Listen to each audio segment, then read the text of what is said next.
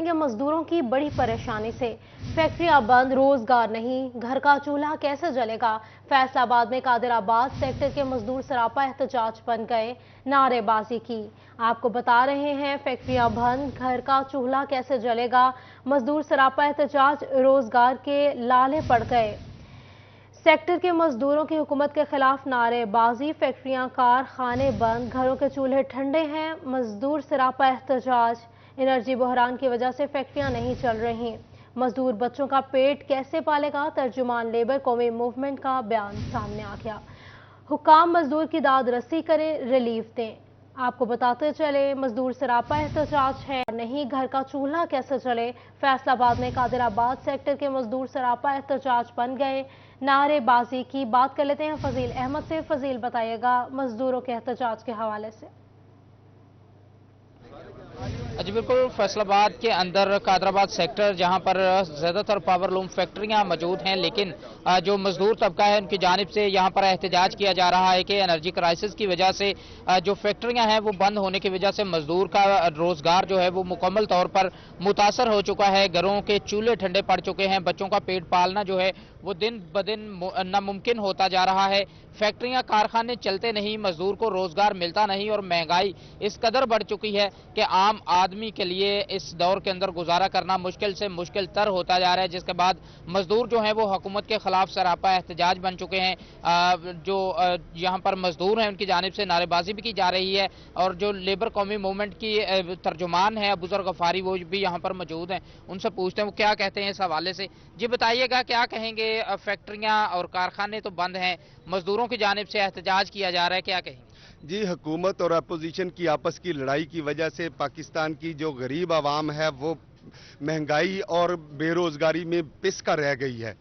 हालात इतने खराब हो चुके हैं इंडस्ट्री के कि पाकिस्तान की बड़ी बड़ी मिलें, ये फैक्ट्रियां, कारखाने ताले लग चुके हैं और मजदूर बेचारे रोजाना सड़कों पर मांगते फिर रहे हैं। और हुकूमत को fill for industry, खुसूसन power loom जो कि जिससे तकरीबन 10 लाख मजदूर बिलावास्ता जो इससे मुंसलक है, वो बेरोजगार हो चुका है। हुकूमत को फिल फॉर इस पर एक्शन लेकर पावर लूम को जो रिलीफ दिया जाए ताकि इंडस्ट्री चले और मजदूरों। बिल्कुल, इंडस्ट्री जो है वो चलानी चाहिए। हुकूमत को फौरी तौर पर इस हवाले से इकदाम करने चाहिए ताकि एक तो इंडस्ट्री का पहिया चले, दूसरा मजदूर का रोजगार भी चलता रहे।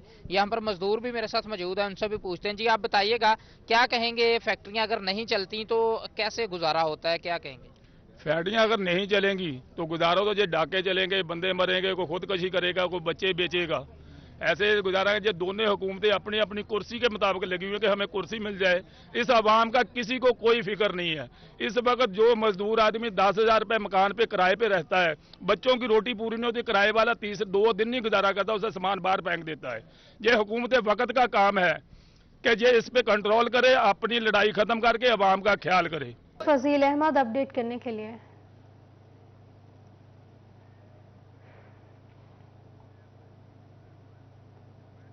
टेक्सटाइल बरामदात पर मजमूई रिपोर्ट ने मुल्की मईशत को हिला कर रख दिया। बरामदात का सबसे ज्यादा 60% हिस्सा रखने वाली शुबा टेक्सटाइल नुकसान में जाने लगा। गुज़िश्ता साल की निस्बत 5% नुकसान हुआ। रवा माली साल से अब तक 7 अरब 30 करोड़ डॉलर की बरामदात रिकॉर्ड की गई हैं। बात कर लेते हैं मोहम्मद बिलाल डोगर से।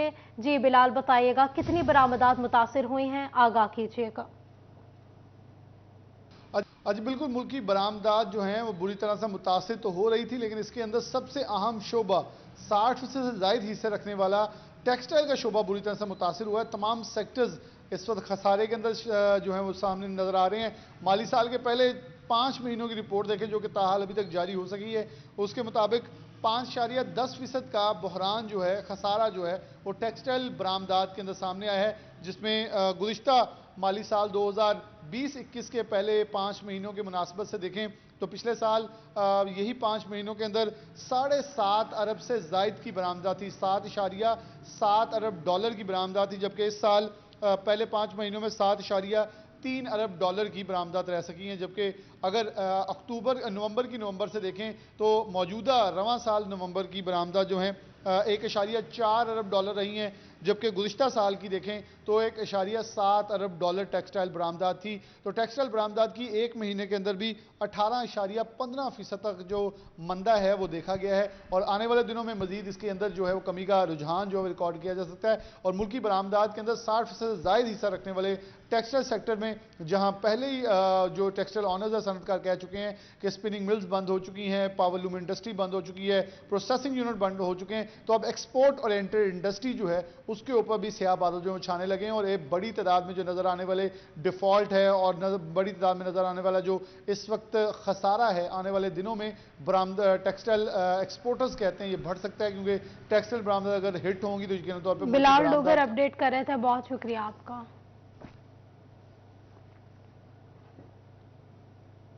टोबा टैक्सिंग में सुई गैस का बहरान गरीब पर भारी पड़ने लगा। एलपीजी खरीदने की सकत नहीं, लकड़ी के दाम भी बढ़ गए हैं। फीमन लकड़ी 100 रुपये इजाफे से 900 रुपये में बेची जाने लगी। उसामा यासीन से बात कर लेते हैं। जी उसामा, शहरियों का क्या कहना है, आगाह कीजिएगा। बिल्कुल, टोबा टैक्सी में सुई गैस का बहरान तो जारी है। सर्दी की शिद्दत में जैसे जैसे इजाफा हो रहा है उसके साथ साथ सुई गैस की शिद्दत में भी इजाफा होता जा रहा है। उसके साथ सुई गैस का तो बहरान जारी है, उसके साथ साथ जो एलपीजी की कीमतों में इजाफा हुआ तो लकड़ी की कीमत में भी इजाफा देखने में आ रहा है। लकड़ी की कीमत जो रवां महीने जो 600 से 800 तक हुई थी, लेकिन अब जो है वो 900 रुपये मन तक जा पहुंची है। 100 रुपये इजाफा के साथ जो गरीब शहरी है वो जो हांडी रोटी खाने के लिए जो जहाँ पर गैस टोबा शहर में नहीं पहुँच सकी, जो लकड़ी की वजह से ही अपनी हांडी रोटी करते थे, लेकिन महंगाई की वजह से अब वो परेशान हो चुके हैं। गरीब आदमी जो रेडी के ऊपर चने बेचता था, उसके बाद घर में जो लकड़ी जलाता है, परेशान है। जरा उनसे बताइएगा कि लकड़ी की कीमत में 100 रुपये इजाफा हो गया है, 900 रुपये मान तक हो, क्या कहना चाहते हैं? यार ये तो गवर्नमेंट का है कि गवर्नमेंट जो है वो गरीब आदमी को रिलीफ दे।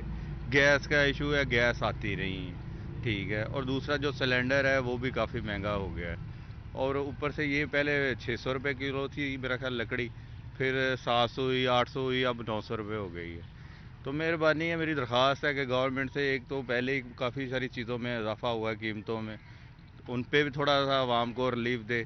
और जो ये जो है लकड़ी है जिसको कहते हैं शजरकारी करो जी, शजरकारी का दरख्त लगाओ, ये करो वो करो, इसकी भी इतनी वैल्यू है, इसीलिए मेरा ख्याल इतनी वैल्यू है कि इसको कल को हाई फाई रेट पे लेके जाना है, ठीक है ना। तो मेहरबानी करके गवर्नमेंट से मेरी अपील है कि गरीब आदमी को रिलीफ दें, और दूसरा क्योंकि वो यही तो एक है, इकॉनमी है, इकॉनमी स्टेबल होगी तो भाई मेरे मुल्क का कोई बेहतर होगा। मेहरबानी है कि ये जो है ना मामला, खाने पीने की एशिया जो हैं, और अब तो जलाने वाली जिसके ऊपर बनानी है खाने वाली चीज़, वो भी आसमान को छू रही है, उसकी कीमत भी। तो मेहरबानी गवर्नमेंट से मेरी यही अपील है कि गरीब आदमी को रिलीफ दें, तो फिर ही यानी कि हुकूमत और मुल्क चलता है। जी बिल्कुल, आपने उनकी बात सुनी, शहरी उनका भी यही कहना कि पहले खाने पीने की कीमतों। अपडेट कर रहे थे, बहुत शुक्रिया आपका।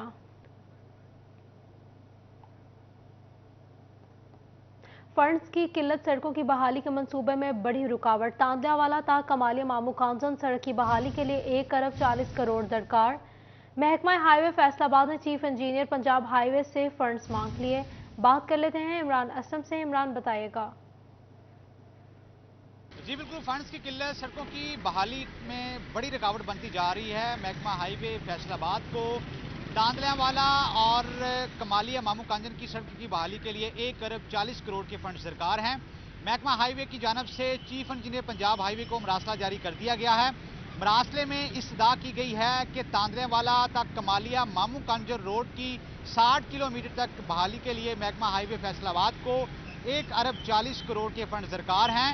और जल्ला चौक तांदलावाला से रास्ता जफर चौक मामू कांचन कमालिया सड़क की बहाली की तमीर 9 में जो है वो महकमा हाईवे को काम सर अंजाम देना है, लेकिन ताहाल जो है वो फंड्स ना होने की वजह से तांदलावाला कमालिया मामू कांचन रोड की मरम्मत का काम जो है वो शुरू ना किया जा सका, जिसकी वजह से जो सड़क है ये अरसा दराज से दवा का शिकार है। महकमा हाईवे की जानब से chief engineer Punjab highway, deputy commissioner और एससी हाईवे को मरासले जारी कर दिए गए हैं। मरासले में इस्तदा की गई है कि महकमा हाईवे को इस सड़क की 60 किलोमीटर तक रिहैबिलिटेशन और बहाली के लिए 1 अरब 40 करोड़ के फंड दरकार हैं। और इस्तदा की गई है कि जल्द से जल्द ये जो स्कीम एडीपी में शामिल है इसके लिए 1 अरब 40 करोड़ के फंड जारी किए जाएं। हमारे साथ ही रहिएगा। पंजाब असेंबली का 42वां इजलास university of Toba Tek Singh bill 2022 मुतारिफ करवा जाएगा। फैसलाबाद डेवलपमेंट अथॉरिटी की 2016 से 17 की कारकर्दगी का जायजा लिया जाएगा। बात कर लेते हैं कुछ देर में इमरान असलम से इसी हवाले से। पंजाब असेंबली का 42वां इजलास university of Toba Tek Singh bill 2022 मुतारिफ करवाया जाएगा। फैसलाबाद डेवलपमेंट अथॉरिटी की 2016 से 17 की कारकर्दगी का जायजा लिया जाएगा। आपको बता रहे हैं पंजाब असेंबली का 42वां इजलास university of Toba Tek Singh bill 2022 मुतारिफ करवाया जाएगा। फैसलाबाद डेवलपमेंट अथॉरिटी की 2016 से 22 की कारकर्दगी का जायजा लिया जाएगा। बात कर लेते हैं इमरान असलम से। इमरान बताएगा।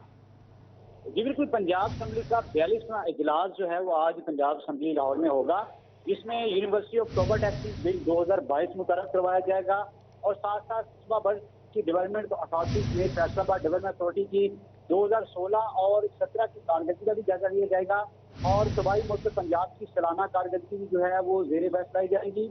और जो बड़ी बात यह है कि पंजाब असेंबली के इस इजलास में university of Toba Tek Singh bill 2022 जो है वो पहली दफा मुतारिफ करवाया जा रहा है। उसके साथ साथ महंगाई और मुल्क की सियासी सूरत हाल पर भी बात होगी। इजलास सफेद 2 बजे जो है वो पंजाब असेंबली में शुरू होगा। बहुत शुक्रिया इमरान अपडेट करने के लिए। हद्दे निगाह में बेहतरी के बाद मोटरवे M2 ट्रैफिक के लिए खोल दिया गया। चिन्योट पिंडी भटिया इंटरचेंज पर ताहाल सैकड़ों गाड़ियां मौजूद हैं। आपको बता रहे हैं हद्दे निगाह में बेहतरी के बाद मोटरवे M2 को ट्रैफिक के लिए खोल दिया गया। चिन्योट पिंडी भटिया इंटरचेंज पर ताहाल सैकड़ों गाड़ियां मौजूद हैं। हद्दे निगाह में बेहतरी देखी गई है। मोटरवे M2 को ट्रैफिक के लिए खोल दिया गया है। चिन्योट पिंडी भटिया इंटरचेंज पर ताहाल सैकड़ों गाड़ियां मौजूद हैं। आपको बता रहे हैं हद्दे निगाह में बेहतरी के बाद मोटरवे M2 को ट्रैफिक के लिए खोल दिया गया। चिन्योट पिंडी भटिया इंटरचेंज पर ताहाल सैकड़ों गाड़ियां मौजूद हैं। हद्दे निगाह में बेहतरी देखी गई है। मोटरवे M2 को ट्रैफिक के लिए खोल दिया गया है। चिन्योट पिंडी भटिया इंटरचेंज पर ताहाल सैकड़ों गाड़ियां मौजूद हैं। हद्दे निगाह में बेहतरी के बाद मोटरवे M2 को ट्रैफिक के लिए खोल दिया गया है। कौन कौन सी मोटरवे ताहाल बंद है जानते हैं वकार घुमन से। जी वकार बताइएगा। जी पंजाब में सेंट्रल पंजाब की मुख्तलिफ शहरों पर और मोटरवे को गुज़श्ता तकरीबन 12 घंटों से बंद थी, जब धुंध की वजह से बंद थी। अब हद निगाह बेहतर होने पर लाहौर इस्लामाबाद मोटरवे को, पिंडी भटिया मुल्तान मोटरवे को भी हद निगाह बेहतर होने पर खोल दिया गया है। तकरीबन 11 से 12 घंटे जो मोटरवेज हैं सफ़र के लिए मुकम्मल तौर पर धुंध की वजह से बंद रखी गई थी। अगर बात करें पिंडी भटिया मोटरवे इंटरचेंज पर, तो यहाँ पर अभी भी दर्जनों की तादाद में गाड़ियां मौजूद हैं मोटरवे पर एंटर होने के लिए, क्योंकि ये रात भर से यहाँ पर तमाम गाड़ियां जमा थी। इसी तरह पिंडी भटिया से मुल्तान मोटरवे को भी ओपन कर दिया गया है। लाहौर सियालकोट मोटरवे को भी खोल दिया गया है। मोटरवे पुलिस का ये कहना है कि हद निगाह खत्म होने की वजह से मोटरवे को बंद किया गया था, ताहम अब धुंध कम होने की वजह से मोटरवे को ओपन कर दिया गया है। जी बहुत शुक्रिया वकार घुमन अपडेट करने के लिए। आपको बताएं झंग के गली मोहल्लों में खुले गैर रजिस्टर्ड प्राइवेट स्कूल्स तालीमी मियार की तबाही का बाइस बनने लगे। मौसम मॉनिटरिंग पॉलिसी ना अपनाई जा सकी। प्राइवेट स्कूल्स एसोसिएशन ने तहफ़्फ़ुज़ात का इजहार कर दिया। आपको बता रहे हैं झंग के गली मोहल्लों में खुले गैर रजिस्टर्ड प्राइवेट स्कूल्स तालीमी मियार की तबाही का बाइस बनने लगे। बात कर लेते हैं अवैस खान से। अवैस बताइएगा। जी बिल्कुल, गली मोहल्लों में बने गैर रजिस्टर्ड तालीमी इदारों को रजिस्ट्रेशन की जानिब लाने के लिए महकमा तालीम की जानिब से कोई भी पॉलिसी साजी जो है वो नहीं की गई और यही वजह है कि महकमा तालीम के पास गैर रजिस्टर्ड इदारों के कोई अदाद शुमार भी मौजूद नहीं है। इस सूरत हाल के बायस यहाँ पे तालीमी अमल जो है वो तलबा का शदीद मुतासर होने का खदशा है। इस हवाले से मेरे साथ प्राइवेट स्कूल एसोसिएशन के प्रेसिडेंट जो है मुश्ताक खान मौजूद हैं, इनसे बात करेंगे। सर बताइएगा, प्राइवेट अनरजिस्टर्ड स्कूल जो हैं उनको क्यों नहीं लाया जा सक रहा रजिस्ट्रेशन की तरफ? इस हवाले से कि कौन से अवामिल है जो मुश्किलात का सामना करना पड़ रहा है? बिस्मिल्लाहिर्रहमानिर्रहीम। Thank you city 41। वैसे भाई बात यह है कि अनरजिस्टर्ड स्कूल्स जितने भी हैं, नॉट इवन इन जंग बल्कि अक्रॉस द कंट्री भी, उनकी जो बेसिक वजूहात हैं उनके डिले की, एक तो इसमें कुछ प्रोसेस हैं जिसमें बिल्डिंग का नक्शा सबसे पहले चाहिए होता है, फिर उस बिल्डिंग के फिटनेस सर्टिफिकेट की ज़रूरत होती है, हाइजीनिक सर्टिफिकेट की ज़रूरत होती है जिसके लिए हेल्थ वाले विज़िट करते हैं। फिर कुछ गवर्नमेंट के ड्यूज़ हैं वो भी पे करने होते हैं और उससे पहले कुछ फाइल्स भी फिल करनी होती हैं। तो ये प्रोसेस ऐसे हैं, पहले मतलब रजिस्ट्रेशन जो हुआ करती थी फॉर द लाइफ हुआ करती थी, लेकिन अब आजकल जो रजिस्ट्रेशन पिछले साल हो रही थी फॉर द 1 ईयर हो रही थी, अभी उन्होंने उसको बढ़ा के 2 साल तक कर दी है। तो एक कोई भी ओनर जो है वो इतना टाइम निकाल के इतना कुछ उसे फौरन करने के लिए जो है ना उसके लिए पॉसिबल नहीं होता ये, इसलिए थोड़ा सा डिले हो जाता है इसमें कुछ लोगों से। और ख़ास तौर पे जो लोग अभी गली मोहल्लों में स्कूल स्टार्ट करते हैं उस पर इन्वेस्ट करते हैं, अनएम्प्लॉयमेंट इतनी ज़्यादा है कि वो लोग उन्हें कुछ समझ ना आए पढ़े लिखे लोगों को तो स्कूल बना लेते हैं, बना तो लेते हैं, फिर आगे उसको उन्हें इसकी जो बीच में ऐसी चीज़ें हैं जिनका उन्हें पता ही नहीं होता रजिस्ट्रेशन के हवाले से, उसमें जब वो एंटेंगल्ड होते हैं तो वो डिस्टर्ब हो जाते हैं। तो इस प्रोसेस को चलाने में वो पूछते भी रहते हैं, डिस्कस भी करते रहते हैं, थोड़ा थोड़ा चलाते भी रहते हैं, डिले हो जाता है। इसलिए कुछ स्कूल जो है ना वो अनरजिस्टर्ड रह जाते हैं शुरू में। With the passage of time जो है ऐसे स्कूल्स को चाहिए कि वो रजिस्ट्रेशन की तरफ आएँ, क्योंकि अब सारा कुछ डिजिटल हो चुका है, ऑनलाइन हो चुका है। जहाँ तक बात है हमारे एजुकेशन सेक्टर की, तो नो डाउट इसमें कुछ स्कूल्स को उन्होंने सीज किया भी है। मैं अभी मुझे एग्जैक्टली उनके नाम तो याद नहीं है, लेकिन फिर चूँकि गवर्नमेंट की तरफ से ही आ जाता है कि ये इसको आप सीज कर दें, जो क्रैकडाउन है प्राइवेट स्कूल्स पे, चूँकि इनकी एनरोलमेंट बड़ी अच्छी है। फिर हमारी जो प्राइवेट स्कूल्स की एसोसिएशंस हैं वो भी उनके डेलीगेशंस भी जाके डिस्कस करते हैं कि इस प्रोसेस को थोड़ा इजी किया जाए। तो इस प्रोसेस में इस दफ़ा अब प्रोसेस थोड़ा इजी भी हो गया है और इसमें काफ़ी खान अपडेट करने के लिए।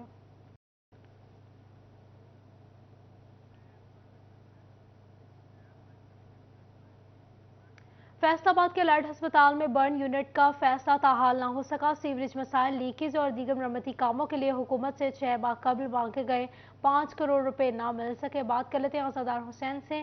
जी बताइएगा आज़ादार।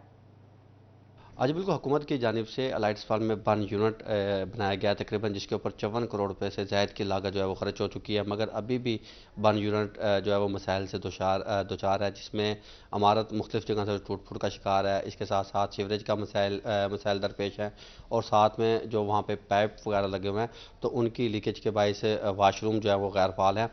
और साथ साथ पार्किंग का जो था वहाँ पर मसला दरपेश था, जिस पर जो सेक्रेटरी हैं महकमा specialised health care Ali Javed काजी, उनकी जानिब से विजिट किया गया और तकरीबन 5 करोड़ रुपए की लागत दोबारा इसके ऊपर जो थी वो लगना थी। इसका क्या बन सका है, हमारे साथ एमएस अलर्टपाल डॉक्टर सलील चीमा साहब मौजूद हैं। सर बताएं क्या बनना है। बिस्मिल्लाहिर्रहमानिर्रहीम जी, बर्न सेंटर की कुछ हिस्ट्री इस तरह से है कि जी ये बर्न सेंटर 2016 में ऑक्यूपाई तो कर लिया था एक बर्न वार्ड ने, मगर ये बर्न सेंटर नोटिफाई नहीं हुआ, building hand over take over नहीं हुई थी। बिल्डिंग डिपार्टमेंट्स ने एक इनकम्प्लीट बिल्डिंग छोड़ के चले गए थे, जिसपे केस भी चलता रहा, नैब में भी और एंटी करप्शन वगैरह में भी सब चलते रहे केसेस वगैरह। और ये बर्न सेंटर बाकायदा तौर पर बिल्डिंग ना तो हैंड ओवर टेक ओवर हुई, बदकिस्मती से ये बिल्डिंग जो है ना हमारा जो अलाइड अस्पताल का एक बर्न वार्ड था उसने ऑक्यूपाई कर ली और ये आज तक बर्न सेंटर ना तो नोटिफाई हो सका है, ना इसमें कोई कंप्लीशन इनकम्प्लीट चीज़ें हैं तमाम तर, यानी एसएनई भी इनकम्प्लीट है, जो हमारा स्टाफ है वो भी पार्शली स्टाफ जो है ना रिक्रूट हुआ था और कम्प्लीटली तौर पे जो है ना स्टाफ भी रिक्रूट नहीं हो सका। अब वहाँ प्रॉब्लम्स आते हैं, बिल्डिंग के फंड्स है होते नहीं है मेंटेनेंस के लिए, एक building hand over take over नहीं हुई, उसका हर साल एनुअल रिपेयर होती है, वो एनुअल रिपेयर का कोई फंड नहीं होता हमें हमारे पास, फिर भी हम जो है ना अलाइड अस्पताल इसको मेंटेन कर रहा है अपने रिसोर्सेज से, हम अपने PLA के बजट से जो हमारा रिसीट्स होते हैं उसमें से इसको मेंटेन करने की हम भरपूर कोशिश कर रहे हैं। किसी अपडेट कर रहे थे, बहुत शुक्रिया आपका।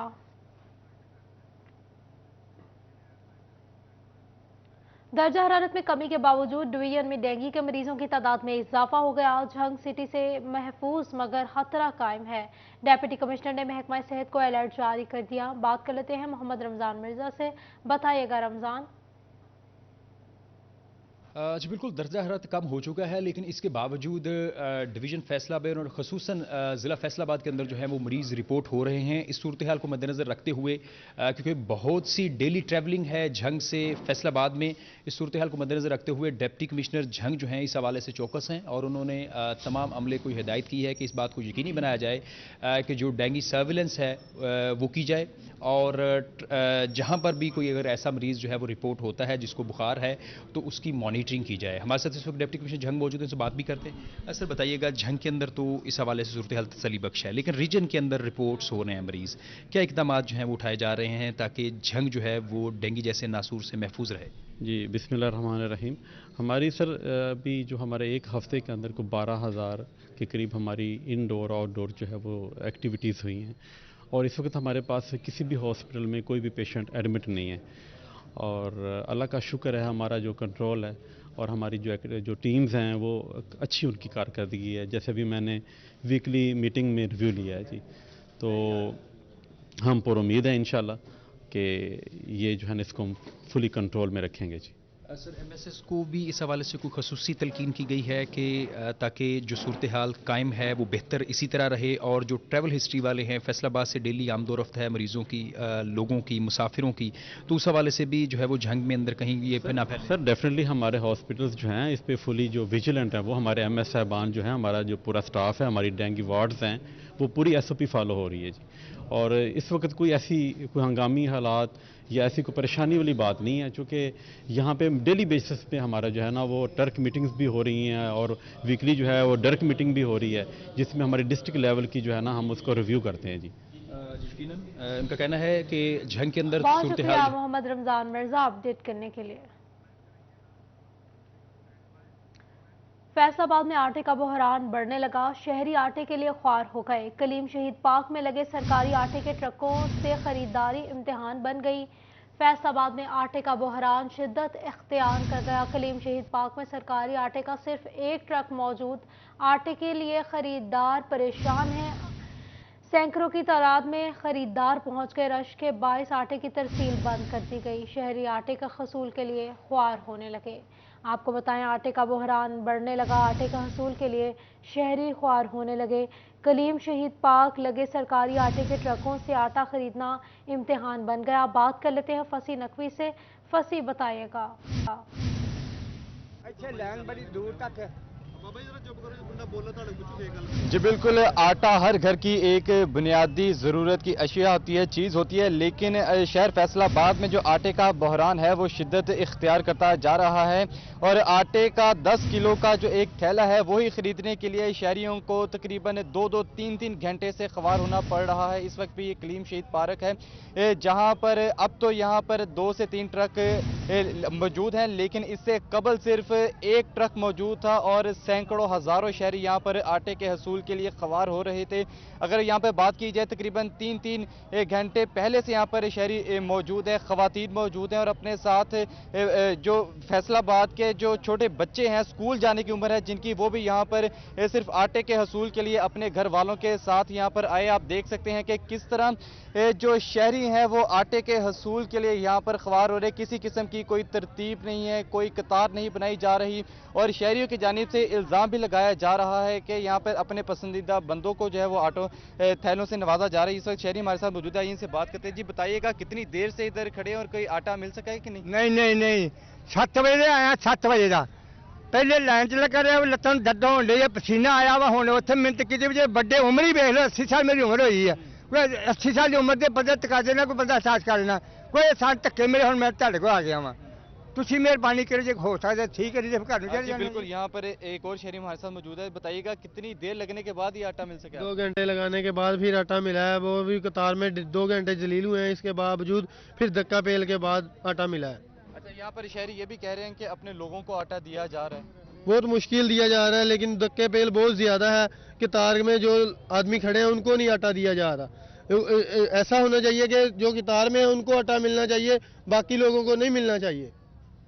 नहीं मिलना चाहिए। जी आप बताइए, कितनी देर से खड़े हैं? साइड ते आए जेड़ा दे देंगे ने अपने तलाक वाले बंदे, दूसरे खड़े ही रहते आए बस, कोई किसी तक तवज्जो ही नहीं कर रहे। यहाँ पर देखे जो बच्चे जो वालिदैन अपने बच्चों के साथ आए हैं, सिर्फ एक आटे के लिए इतना मुश्किल हो गया है आटा खरीदना फैसलाबाद में कि यहाँ पर बच्चों के साथ आया जा रहा है। जी बताइएगा, अगर ये पैसे लेकर भी नहीं दे रहे, अगर अवाम इनसे ये ऐसे ही छीन ले तो फिर कहेंगे ये कानून हाथ में ले रहे हैं। ये पैसे लेकर भी अवाम को ऐसे दे रहे हैं कि ये क्या हम बेकारी हैं। ये देखिए हमारी सबसे ज्यादा मसला यही है कि अपनों को ज्यादा इस्तेमाल कर रहे हैं, ये लोग अपनों को दे रहे हैं और इकट्ठे कर करके दुकानों पे बेच रहे हैं, ये ले जाके। ये देखिए हमारी ये अभी हालात देखते हैं। जी माँ जी कितनी देर से खड़ी हैं इधर? वावा देरी हो गई, मिलता नहीं आटा, जो वाको ने 2-2 3-3 दे जाते हैं तो बाकी मिलता है कि खत्म हो गया। जब पर्चियां बढ़ाई जाते उन्होंने 10 थैले ਨੂੰ ਦੱਸਣ ਦੇ ਰਹੇ दुकानदार किलो देना ही आटा सानू खोल के ਅਸੀਂ ਛੁੱਟੀਆਂ ਕਰਕੇ ਆਪਣਾ ਰੋਟੀ ਕਮਾਈਏ ਕਿ ਆਟਾ ਲੈਣ ਆਈਏ। ਪੈਸੇ ਹੋਣਗੇ ਤੇ ਆਟਾ ਲੈ ਕੇ ਜਾਵਾਂਗੇ ਨਾ। ਹੁਣ ਇਹੀ ਆਟਾ ਜਿਹੜੇ 4-4 ਥੈਲੇ ਲਿਜਾਣ ਦੇ ਨਾਲੇ ਜਾ ਕੇ ਦੁਕਾਨਾਂ ਤੇ ਖੋਲ ਕੇ 150 ਰੁਪਏ ਕਿਲੋ ਵੇਚਣਾ। ਤੇ ਜੇ ਜਿਨ੍ਹਾਂ ਕੋਲ ਸਟਾਕ ਹੈ ਵਾ ਥੈਲੇ ਹੈ ਉਹਨਾਂ ਨੇ ਕਹਿਣਾ ਸਾਕੋ 500 ਰੁਪਏ ਕਿਲੋ ਘਿਓ ਲਓ, ਤੁਹਾਨੂੰ ਆਟੇ ਦਾ ਥੈਲਾ ਦਿੰਨੇ ਅਸੀਂ, ਉਹ ਵੀ 750 ਦਾ, 780 750।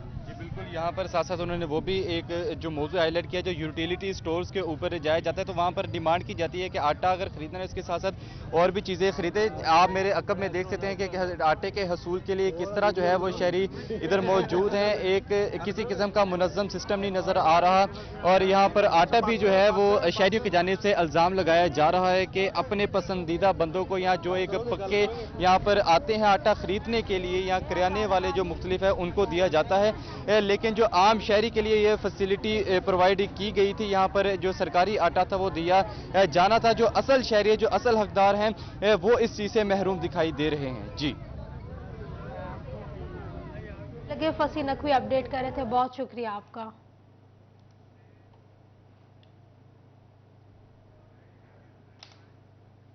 फैसलाबाद में महदूद वसाइल जजेस की तादाद कम, मुकदमात के अंबार लगने लगे। औसतन हर 3 मिनट में एक फौजदारी और एक दीवानी का केस दायर होता है। मजीद इसी पर बात कर लेते हैं हाशिर राय से। हाशिर बताइएगा।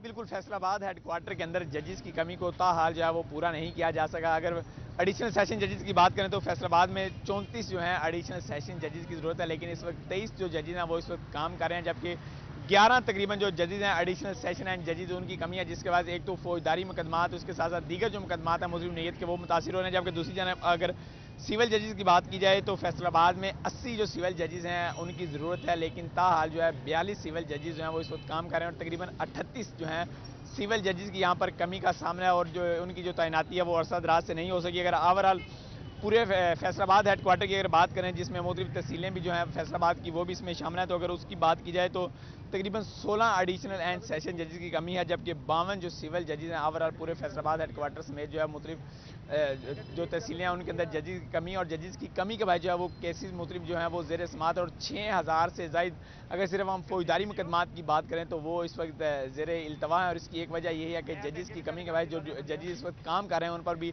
गैर ज़रूरी जो है वो बोझ है, जिसके बाद जो केसेस हैं वो जल्दी से आगे नहीं चल रहे और मुकदमात की जो फैसले हैं वो नहीं हो रहे और फैसले जो हैं वो इस हवाले से लटक रहे हैं। जबकि इसके साथ साथ अगर 22A और 22B की पटिशन की बात की जाए तो औसतन जो है वो हर 3 मिनट के अंदर एक या 2 जो पटिशन हैं वो दायर की जाती हैं और 22A-B की जो पटिशन का बोझ अदालतों पर बढ़ता जा रहा है। उसकी एक वजह पुलिस भी है, क्योंकि पुलिस की जानिब से छोटे छोटे भी जो मुकदमात हैं। बहुत शुक्रिया हाशिर राय से अपडेट करने के लिए। पाकिस्तान ब्यूरो ऑफ स्टैटिक्स ने पहले डिजिटल मर्दमशुमारी के लिए कायद अकेडमी फैसलाबाद में मास्टर ट्रेनर की ट्रेनिंग का आगाज़ कर दिया। महकमा शुमारियात इस्लामाबाद से doctor Mohammad Rashid master trainers को ट्रेनिंग देंगे। बात कर लेते हैं जहांगीर अशरफ से। जहांगीर बताइएगा। जी 2023 में पाकिस्तान की पहली डिजिटल मर्दमशुमारी होने जा रही है, जिसमें तरीकाकार क्या होगा ये सारी मालूमात असातिज़ा को बताने के लिए मास्टर ट्रेनर तैयार किए जा रहे हैं, जिनकी पहली ट्रेनिंग का आगाज जो है वो कायद अकेडमी में हो चुका है। इस हवाले से Pakistan bureau of statistics Islamabad से जो एक्सपर्ट हैं डॉक्टर मोहम्मद राशिद वो मास्टर ट्रेनर्स को ट्रेन करेंगे ताकि वो आगे असातिज़ा को तरबियत दें, क्योंकि मर्दमशुमारी में सबसे ज़्यादा अमला जो है महकमा तालीम का जो है वो इस्तेमाल किया जाएगा, असातिज़ा को यूटिलाइज किया जाएगा। तो इसलिए असातिज़ा जो हैं उनमें से 25 मास्टर ट्रेनर तैयार किए जा रहे हैं जो फर्दर आगे मजीद असातिज़ा को ट्रेन करेंगे और इस ट्रेनिंग में उनको बताया जाएगा कि किस तरह से डिजिटली डाटा कलेक्ट किया जाएगा। तमाम जो ड्यूटी पर मामूर होंगे असातिज़ा उनको टैबलेट्स फराहम किए जाएंगे, ऑनलाइन जो डाटा है वो कंपाइल किया जाएगा और पाकिस्तान की पहली मरदमशुमारी होगी जो डिजिटल तरीका से डाटा कलेक्ट किया जाएगा, कंपाइल किया जाएगा। इससे पहले 6 दफा मरदमशुमारी हो चुकी है, लेकिन उसमें मैनुअली डाटा कलेक्ट किया जाता था। लेकिन अभी तमाम असातिज़ा को ट्रेनिंग दी जा रही है कि किस तरह से डाटा को कंपाइल करना है। बहुत शुक्रिया जहांगीर अपडेट करने के लिए। पाकिस्तान ब्यूरो ऑफ स्टैटिस्टिक्स ने पहले डिजिटल मरदमशुमारी के लिए कायद अकेडमी फैसलाबाद में मास्टर ट्रेनिंग्स की ट्रेनिंग का आगाज कर दिया। न्यूज़ स्टूडियो से फिलवक्त इतना ही।